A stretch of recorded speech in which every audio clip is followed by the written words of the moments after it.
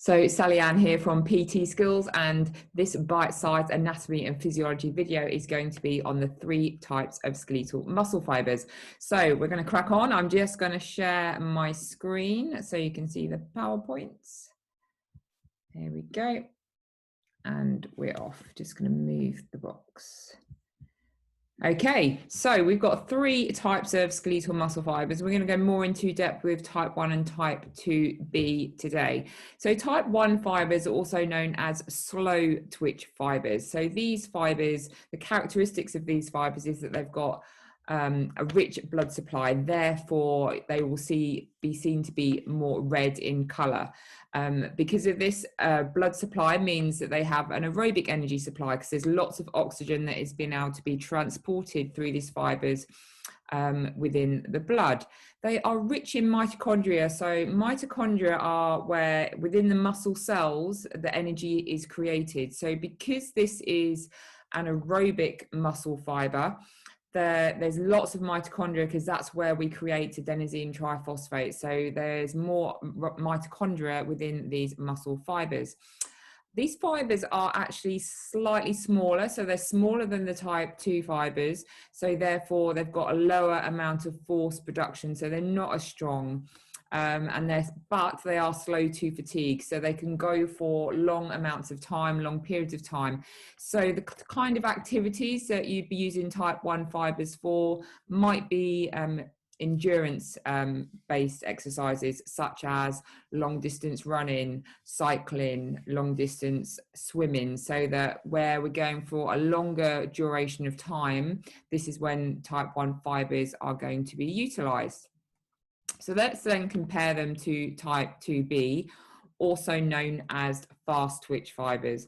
So these are almost, you could say, the opposite or the other end of the spectrum. So they're white because they have less blood supply to them, and which means they're anaerobic activity. Because they've got less blood supply, they've got less oxygen available to them, so that any activity that they're going to be doing is going to be without oxygen.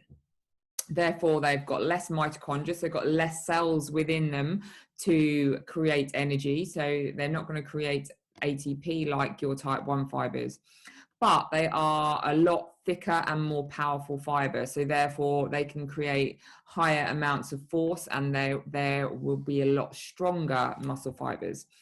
However, because of the fact that they can't create a lot of energy, a lot of ATP, they will fatigue rather quickly, because they're basically utilizing any energy that's stored within the muscle, and once it's gone, it's gone.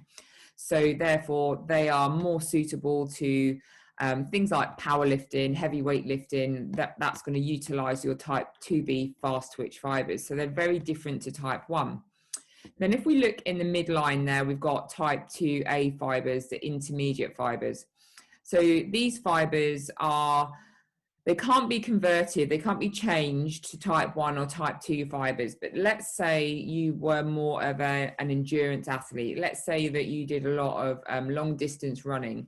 So if you were someone that did that long distance running, then these type 2A fibers, the intermediate fibers, will then start to adapt how they work so that they can help with your activity. So they won't change into a type 1 fiber, but they will adapt as close as they can to support that activity that you're doing. And on the flip side, if you were to do more powerlifting, explosive movements, those type 2A fibers would adapt as much as they can to assist you in that activity, but they're never going to change into a type 2B fiber. Hence, they're in that midsection, which is intermediate. So these are more suitable if we're going to talk about activities for type 2A fibers. We're probably going to be looking at things like a 400 meter, 800 sprint.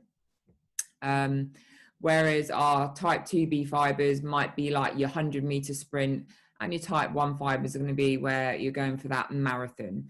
So there's 3 different categories there. So type 1, type 2A, and type 2B. Okay, I want you to kind of absorb that, and we're going to go on to the next slide, because this is your task, and this is for you to take away and do.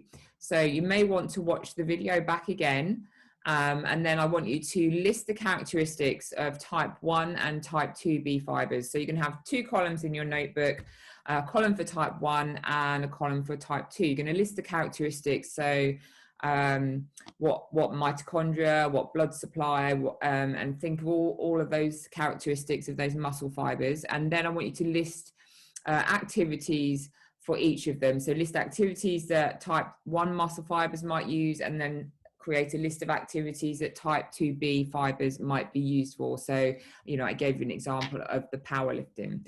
So that is your task. So watch the video back, then close off the video, get your notebook out, create a chart in your notebook, and write down 2 lists, one for type 1 and one for type 2 with their characteristics and the activities that they are used for. And again, you can post below in the comments when you've done that, or if you have any questions.